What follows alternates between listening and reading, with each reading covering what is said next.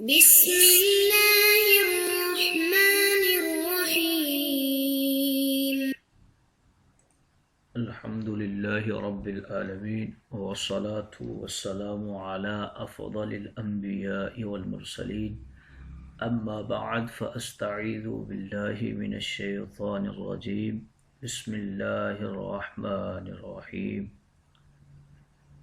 السلام علیکم ورحمۃ اللہ وبرکاتہ. عزیز طلبہ کرام، امید کرتا ہوں احباب خیر سے ہوں گے. انشاءاللہ آج ہم تفسیر جلالین کے درس نمبر 40 میں سپارہ نمبر 16 سے سورہ طٰہٰ کی منتخب کردہ آیات 59 سے لے کر 62 تک پڑھیں گے، جن میں سب سے پہلے کلام باری تعالیٰ و کلام مفسر کا ترجمہ ہوگا، اغراض کی تشریح و توضیح ہوگی اور آیات کا مابین ربط و تعلق کو بیان کیا جائے گا. تو آئیے بلا تاخیر بڑھتے ہیں اپنے آج کے درس کی طرف. بسم اللہ الرحمن الرحیم. رب تعالیٰ نے ارشاد فرمایا، قال موعدکم یوم الزینہ وَأَن يُحْشَرَ النَّاسُ ضُحًى. عزیز طلبہ کرام، سب سے پہلے ان آیات کا ماقبل آیات کے ساتھ ربط اور تعلق جانیے. مفسرین کرام ان آیات کا ماقبل آیات کے ساتھ پہلا ربط اور تعلق کچھ یوں بیان فرماتے ہیں کہ پچھلی آیات میں تذکرہ ہوا کہ فرعون نے معجزات کو جادو سمجھا اور اپنے ملک کے جادوگروں سے مقابلہ کرانا چاہا، جس کے لیے اس نے حضرت موسیٰ سے کہا تم ہی بتاؤ کس دن مقابلہ کرنا ہے. اب ان آیات میں حضرت موسیٰ کا جواب اور مظاہرے و مقابلے کا دن بتانے کا ذکر ہو رہا ہے. دوسرا تعلق ان آیات کا ماقبل آیات کے ساتھ کچھ یوں بیان فرماتے ہیں کہ حضرت موسیٰ اور فرعون کی باتوں کا ذکر ہوا پچھلی آیات میں، اب ان آیات میں حضرت موسیٰ اور جادوگروں کی باتوں کا ذکر ہے. تیسرا تعلق ان آیات کا ماقبل آیات کے ساتھ کچھ یوں پیش فرماتے ہیں کہ پچھلی آیات میں حضرت موسیٰ اور کے متعلق فرعون کی تشویش کا ذکر کیا گیا کہ یہ دونوں یعنی موسیٰ و ہارون اپنے جادو سے ہم کو اس ملک سے نکالنا چاہتے ہیں.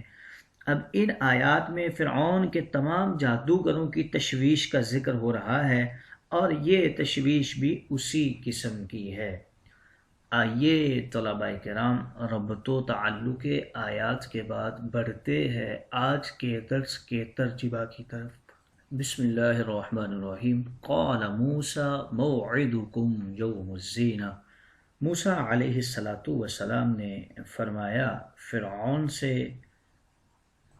کہ جو وعدہ وہ مانگ رہا تھا کہ دن مقرر کرو، تو فرمایا کہ وہ جشن کا دن ہے، یوم عید لہم، یعنی جو اہل مصر جس دن عید اپنی مناتے ہیں، یتزینون فیہ ویجتمعون، وہ اس دن زینت کرتے ہیں اور اس دن جمع ہوتے ہیں، اور بعض لوگوں کے نزدیک یہ عاشورہ کا دن تھا. وَأَن يُحْشَرَ النَّاسُ، اور یہ کہ لوگ جمع ہوتے ہیں یعنی اہل مصر جمع ہوتے ہیں ضحیٰ، چاشت کے وقت. وَقْتَهُ لِلنَّظْرِ فِيمَا يَقَعُ، اس دن اس وقت جو کچھ ہوگا لوگ اسے دیکھنے کے لیے جمع ہو جائیں گے. تو گویا حضرت موسیٰ نے وعدے کا دن جو ہے وہ مقرر کر دیا اور وقت بھی مقرر کر دیا. فَتَوَلَّى فِرْعَوْنُ، پس فرعون پھرا، ادبرا الٹے پاؤں واپس گیا، فَجَمَعَ كَيْدَهُ، اس نے اپنے جادوگروں کو جمع کیا، اپنے مکر کو جمع کیا، اپنے ہتھ کنڈوں کو جمع کیا.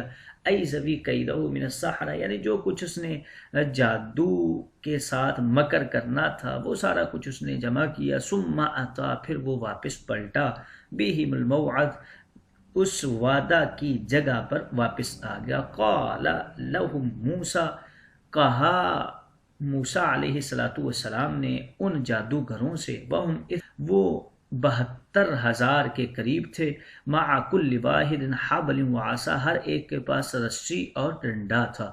فرمایا ویلکم، بربادی ہے تمہارے لیے، ای الزمکم اللہ تعالی الویل، رب تعالی نے تمہارے لیے بربادی کو لازم کر دیا ہے۔ لا تفتروا علی اللہ کاذبا، اللہ کے اوپر جھوٹ نہ باندھو، بہتان نہ لگاؤ، باشراک احد معہ، یعنی رب کے ساتھ کسی کو شریک نہ کرو۔ فیسحتکم بضم الیاء وکسر الحاء وبفتحہما، یہ اس کی حرکتوں کے بارے میں بتا رہے ہیں کہ یہ یا کے ضمہ کے ساتھ ہے اور ہا کے کسرہ کے ساتھ ہے، یا پھر ان دونوں کی فتح کے ساتھ بھی پڑھا گیا ہے۔ ایہلککم، یعنی وہ تمہیں ہلاک کر دے گا، بعذاب من عندہ، اپنی طرف سے عذاب کے ساتھ۔ وقد خاب خسر من افترا، اور جس نے رب تعالیٰ پر جھوٹ باندھا، کذب علی اللہ، جس نے رب تعالیٰ پر جھوٹ باندھا وہ خسارے میں گیا، ہلاک ہو گیا۔ فتنازعوا امرهم بینہم، پس جتنے بھی لوگ وہاں پر موجود تھے، خصوصاً جو جادوگر تھے، وہ آپس میں ان کا اختلاف ہو گیا حضرت موسیٰ اور ان کے بھائی ہارون کے بارے میں، یعنی ان کی رائے مختلف ہو گئی۔ وَأَسَرُّ النَّجْوَىٰ، اور وہ آپس میں سرگوشیاں کرنے لگے۔ اَيَ الْكَلَامُ بَيْنَهُمْ فِيهِمَا، یعنی وہ آپس میں خفیہ کلام کرنے لگے۔ آئیے طلباء کرام، ترجمہ کے بعد بڑھتے ہیں آج کے درس کی تشریح و توضیح کی طرف۔ یہاں سے بتا رہے ہیں کہ حضرت موسیٰ علیہ السلام نے، جب فرعون نے آپ کو یہ چیلنج کیا کہ دن بھی تم ہی مقرر کرو اور جگہ بھی تم ہی مقرر کرو، اور وہ دیکھنا یہ چاہتا تھا کہ آپ کتنا وقت لیتے ہیں۔ اگر تو جادو ہوا تو آپ وقت لیں گے، کیونکہ جادو کی تیاری کے لیے وقت درکار ہوتا ہے، اور اگر معجزہ ہوا تو آپ فی الفور گفتگو فرمائیں گے۔ تو حضرت موسیٰ نے اسی وقت فرمایا، موعدکم یوم الزینہ، کہ دن مقرر میں کر دیتا ہوں، وہ 9 روزی جو میلہ ہے زینت والا، اس دن ہمارا یہ مقابلہ ہوگا۔ اس کی وجہ یہ ہے کہ اس دن لوگ دور و نزدیک سے جمع ہوئے ہوتے ہیں اور وہ زینت کے ساتھ، آرائش کے ساتھ اس 9 روزی میلہ کے اندر آتے ہیں۔ تو اگر تو وہ خود بخود آ جائیں تو تب بھی ٹھیک ہے، تو اعلان بھی کروا دینا تاکہ لوگ جمع ہو جائیں۔ ضحیٰ کے وقت، یعنی چاشت کے وقت لوگ جمع ہو جائیں گے، اور پھر لوگ دیکھیں گے کہ اس دن کیا ہوگا۔ اس وقت میں چیلنج کو قبول کرتے ہوئے حضرت موسیٰ نے اسی وقت دن اور مقرر ٹائم بتا دیا۔ علماء کرام کے نزدیک یوم الزینہ جو کہا گیا ہے، اس سے مراد عاشوراء یعنی 10 محرم کا دن بھی ہے۔